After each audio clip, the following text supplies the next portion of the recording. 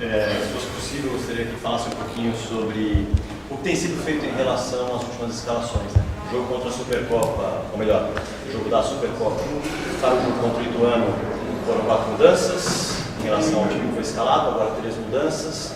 O Paulistão é um campeonato que permite testes também, mas ao mesmo tempo há uma busca pela liderança geral para que as decisões aconteçam dentro de casa. O Palmeiras não ter uma previsão de volta à sua casa, ao Allianz Parque, é algo que modifica de alguma forma o seu olhar para o campeonato para fazer ainda mais testes? Ou não? É muito natural que o time vai ser testado até pelo início? Nós já temos tantos adversários, que é mais uma dificuldade que nós vamos ter que superar, essa questão de não jogar em casa, mas mais importante do que isso, porque isso só se vai ver à frente, é a quantidade de jogos que temos agora. Não sei porque é que o Palmeiras vai ter agora 5 jogos seguidos, 2 em 2 dias, porque é que, por exemplo, o último jogo não é domingo e é sábado, que nos obriga a ter que fazer esta gestão. E fila porque acredito nos meus jogadores, fila porque hoje jogamos melhor, fila porque, como já falei várias vezes, o futebol é eficácia e nós tivemos tudo hoje para poder fazer o segundo golo, precaver uma situação destas, um erro de marcação, o centroavante faz uma aproximação, o nosso zagueiro está longe, o centroavante faz um movimento nas costas de Piquerez, os nossos zagueiros continuam longe, um erro no canto, um escanteio, uma bola muito longa. E competição é isto mesmo, competir ao mais alto nível é estar sempre concentrado durante o jogo todo, é quem entra tem que entrar sempre ligado, é quem joga tem que estar sempre ligado, é as oportunidades que vamos tendo, 1, 2, 3, 4 e só conseguimos fazer um golo. E o futebol é isto, tem muito a ver com isto, com eficiência. Eu já vos disse isso várias vezes. É pena porque acho que produzimos o suficiente para fazer mais do que um golo, mas é algo que nós temos que melhorar, a nossa eficiência. Já o ano passado éramos a equipa que mais produzíamos, que mais vezes conseguimos criar oportunidades de golo, como ainda hoje, mas as que contam são as que beijam a rede, e fizemos uma na baliza do nosso adversário. E nos últimos minutos, não sei se na primeira ou na segunda vez que o nosso adversário foi ao nosso golo, fez golo. E o futebol é isto.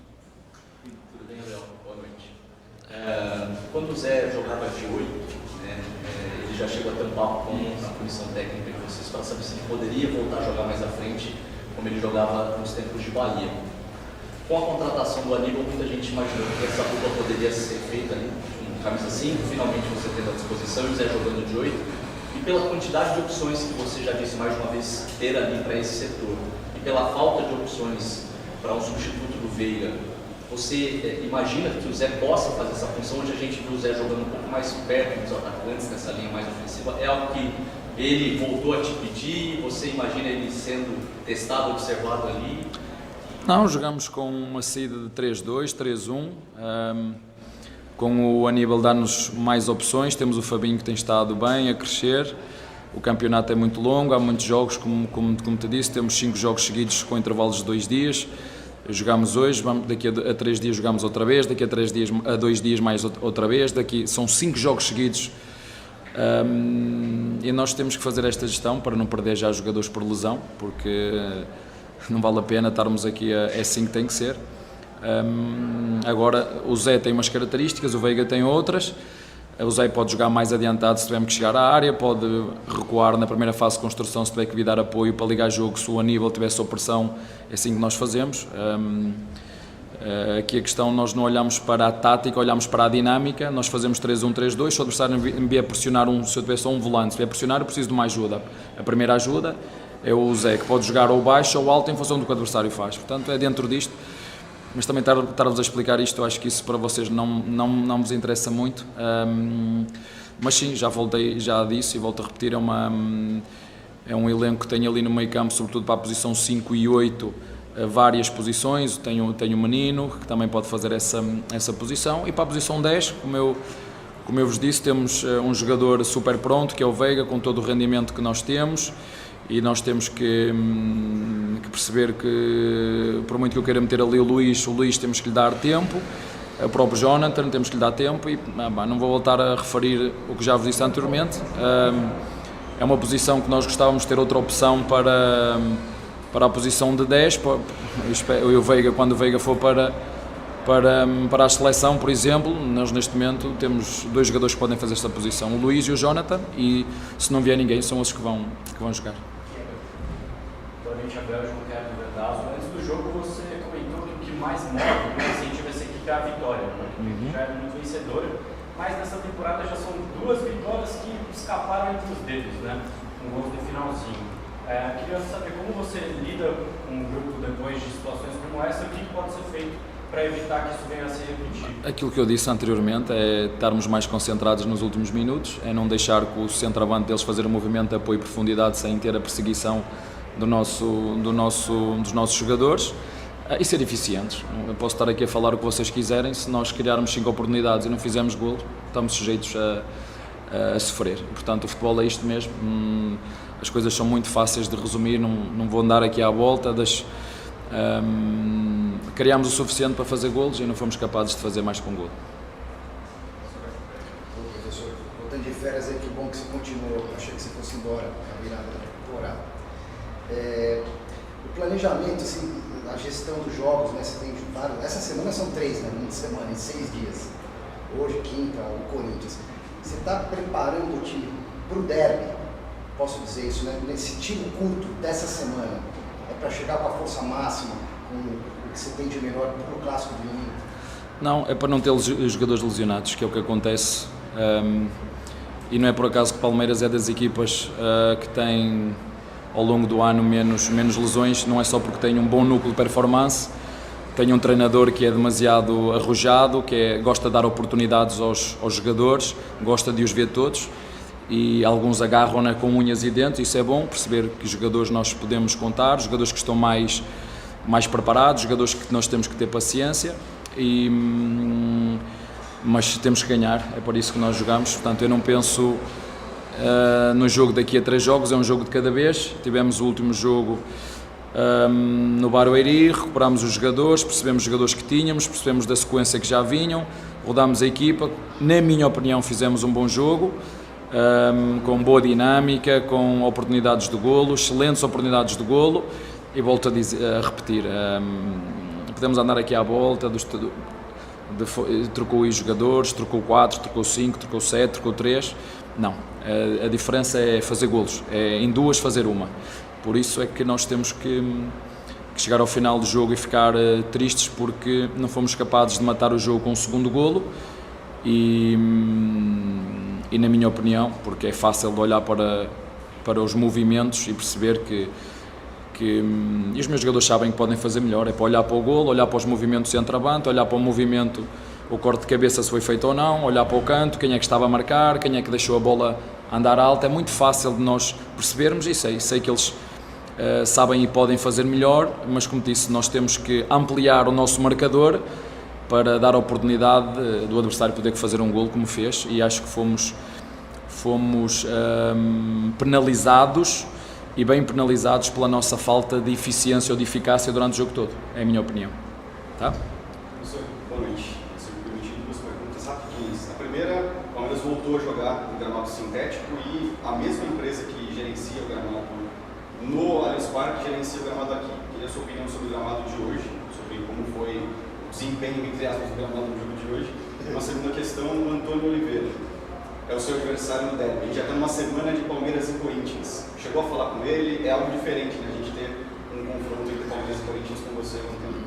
A primeira pergunta, eu pessoalmente prefiro uma boa relva sintética do que um gramado fraco.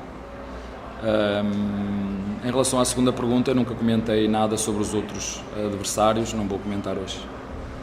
Professor, você vai receber o Henrique da seleção, talvez vindo da sua primeira grande frustração como profissional, não ter conseguido ajudar a seleção a chegar na Olimpíada. Como é que vai ser feito o trabalho, não só na parte psicológica, recebendo no clube, fazendo entrar rapidamente no espírito que vocês estão querendo para. Igual se ele perdeu muito por não ter feito parte da pré-temporada, nem participado, também vai ter que ter um trabalho físico diferente para colocá-lo rapidamente no ritmo dos demais. Ainda não, já falei com ele por telefone, trocamos mensagens inclusive também, mas desde que começou esta época teve na seleção, e não tenho muito mais informação, vai ter que chegar, fazer as avaliações que todos os jogadores fizeram no início da época e depois vamos traçar a estratégia que for melhor para o time. A parte psicológica, não sei, tenho que falar com ele. Logicamente, quando tu vais para uma competição onde nós temos muitas expectativas, nomeadamente vocês, eu costumo dizer que nunca ninguém foi antes de o ser. São expectativas que todos nós criamos, mas tenho que falar com ele. É um jogador mentalmente forte. Os jogadores no futebol brasileiro estão habituados a isso mesmo, a ser ídolos e a seguir a ser completamente dizimados pela imprensa. Eu tenho como um moleque forte mentalmente, como te disse, vamos recebê-lo, vamos fazer todos os testes, e uma coisa é o que se passa na seleção, outra coisa é o que se passa no clube. Vai ter a concorrência de dois jogadores que têm estado muito bem, o Flaco e o Lopes e o Rony, e vamos ver, como te disse, as escolhas são sempre feitas, não é o que é melhor para o jogador A, B ou C, é o que é melhor para a equipa no todo, e são as minhas premissas e vou continuar a segui-las. Portanto, ele chega amanhã, vai lá falar comigo, vamos fazer os exames todos e depois vamos ver. Boa noite, Abel. Tudo bem? Prazer falar contigo, Vitor Peixoto, Rádio Gol de Placa. Apesar do empate amargo de hoje no finalzinho da partida, eu queria que você falasse um pouquinho de um dos destaques para mim, que foi o Fabinho, o garoto da base, que desde 2015 está no Palmeiras. Sim, como eu tinha dito ao teu colega, eu meto os jogadores não porque eles sejam bonitos, mas porque eles trabalham e rendem durante a semana e merecem a confiança do treinador, como foi, por exemplo, no Bragantino, onde já tinha feito um grande jogo. Fico contente porque ele é daqueles jogadores que colhe tudo aquilo que planta. É um jogador que já trabalha connosco, vocês não sabem, mas desde que eu cheguei ele já trabalha comigo, embora só nestes 2 últimos anos, ou neste ano e meio, é que tem estado mais assíduo, e nós fazemos isso com muitos jogadores, como o Luís, como o Estevão, com jogadores que trabalham connosco de forma diária, mas que uns estão mais à frente, outros estão mais atrás. Claro que todos acham que podem ser o Hendrick, não é? Não só eles, mas como os empresários, como os pais, isso tem depois uma interferência muito grande naquilo que é a cabeça deles, e o tempo de Deus não é igual para todos, e às vezes é preciso uma palavra que para mim é mágica no futebol, que é a paciência, ter paciência com os nossos centroavantes, ter paciência com que depois eles acabam por mostrar que realmente são fortes, ter paciência e sobretudo com esses jogadores mais jovens, porque, como disse, aqui no alto nível pedem-nos rendimento, pedem-nos acerto, e eles têm que estar preparados para lidar com esta emancipação, porque muitos deles saltam fases, não é? Nós nos repararmos, no caso do Luís Guilherme, foi um jogador que pouco competiu no sub-20, e às vezes o saltar fases tem coisas boas e tem coisas ruins, porque é preciso passar por determinadas fases para que a consolidação do processo de formação seja bem feito. Há jogadores que conseguem fazer isso mais rápido, outros demoram mais tempo, mas infelizmente aqui no profissional, não é na formação, é exigência máxima, rigor máximo. Os erros aqui pagam-se caros e eles têm que estar preparados e adaptados a isso, e nós estamos aqui para ajudar todos eles em todos os momentos, quando acertam e quando erram, porque todos somos responsáveis por tudo, e quem mete os jogadores a jogar sou eu, portanto no final de contas qualquer que seja a responsabilidade ela é minha. Tá? Obrigado.